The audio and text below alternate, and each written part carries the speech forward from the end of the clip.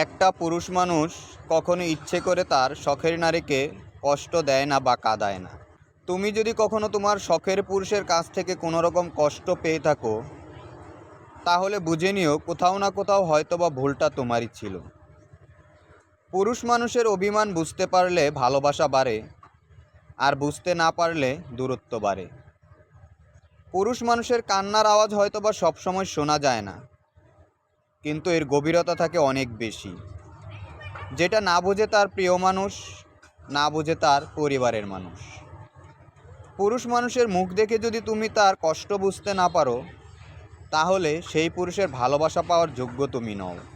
কারণ পুরুষ মানুষ শত কষ্ট বুকে পাথর চাপা দিয়ে সহ্য করে যেতে পারে, কিন্তু তা কখনো প্রকাশ করতে পারে না।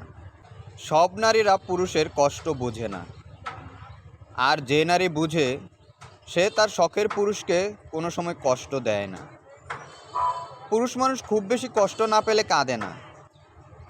পুরুষ মানুষের কান্না যদি 10টা নারীকে সমান ভাগে ভাগ করে দেওয়া যেত, তাহলে একটা নারীর ভাগে পাওয়া সেই কান্নার জলের ভার সে কখনো বইতে পারতো না, আর সেই কষ্টের ব্যাখ্যাও সে কখনো করতে পারতো না।